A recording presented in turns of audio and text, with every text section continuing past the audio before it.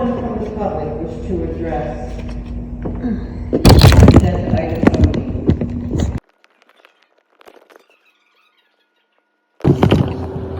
Good evening.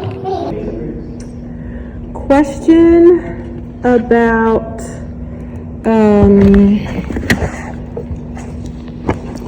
I think it's 179, yeah, 2024-179, a resolution adopting policy and procedure for naming individual redevelopers for the sale of city-owned property.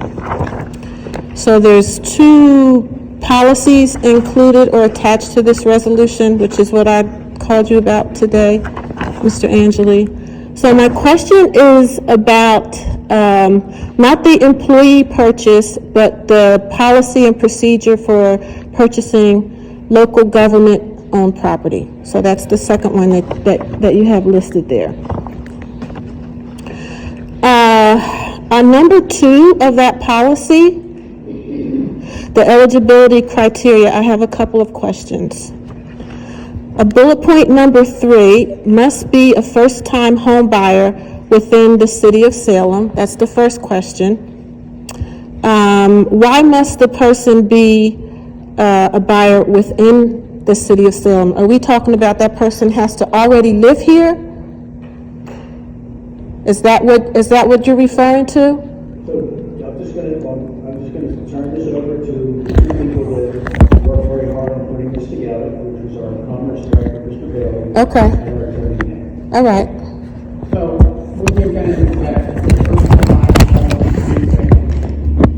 last few years, one of the things that the city has seen is that when the city goes for public auctions, Salem residents are getting outbid properties. And so by establishing a program that allows people who are residents that typically are renters to become first-time home buyers, then we're establishing a program and policy to help those individuals become homeowners in the city of Salem. But this doesn't exclude anybody outside of Salem City either. If they're new to Salem, coming to Salem, they can also still use the process. But we're trying to increase opportunity for people who have wanted to buy from the city in the past, but were outbid by outside speculators in the bid process. Okay, and those outside speculators, were they primarily investors? Yes, they were. Okay, so that's my next question. Part 2 of that same bullet point. I'll read the first part again. Must be first-time home buyer within the city of Salem, or, this is the second part, purchasing a property for a first-time home buyer. So it seems to me that would leave room for somebody to come in and say, I'm purchasing a home for somebody. That person could be an investor. And of course, this is part of the New Jersey Urban Homesteading Program, am I right? Which investors are not eligible for. So how can we, make sure, like this, to me, this leaves the door open right here. Purchasing a property for a first-time home buyer. Right, so we also know that there are individuals in the community that they own homes, but they would like their niece or their daughter or their mother to be able to live in Salem City. So that also provides an opportunity to be able to help purchase a home for their family member who is going to be a first-time home buyer in the city of Salem. Now, that doesn't necessarily mean that maybe there's holes in that, and if you see holes, I'm willing to have a future conversation. The initial intent is that we're trying to help people who are already residents who have family members that are wanting to buy homes in Salem City, buy homes without getting outbid by speculators. Okay, that's definitely a hole, because anybody can come and say, I'm doing this and that, and if somebody already has a home, they're not first-time home buyers, period, right?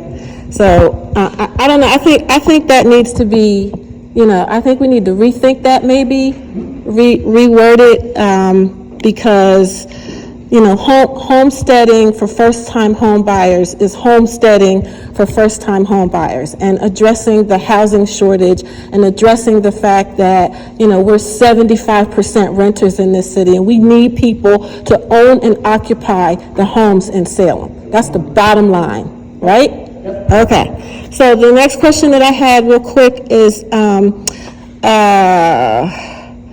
you mentioned in here, somewhere in the title, it mentions NJSA, oh, here it is, NJSA 40A:12-31, which is only the title. It's only the title of the code or the statute. Whereas if you were to use NJSA 40A:12-34, it's the title inclusive of the full definition of urban homesteading in New Jersey. So that's my suggestion. Okay, for that. I know that, thank you.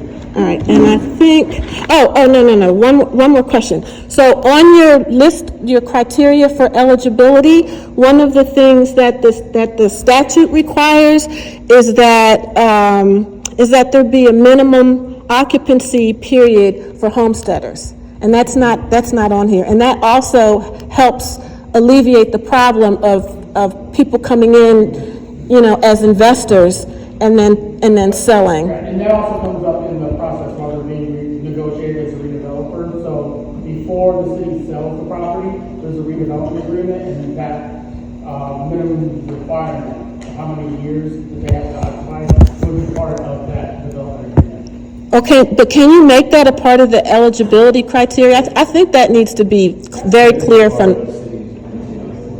I'm sorry, I didn't hear you. It is a part of the city's NTI ordinance, the minimum occupancy requirement. It's in the ordinance itself. Okay. I mean, I just think it just needs to be another bullet point, in the eligibility criteria. That's it. Thank you very much.